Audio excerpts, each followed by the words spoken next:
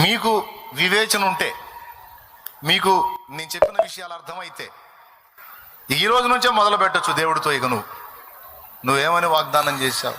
నీవు అనేక జనములకు అప్పిచ్చేదావు కానీ అప్పు చేయమన్నావు. నన్ను ఎందుకు అప్పులు పాలు చేశావు?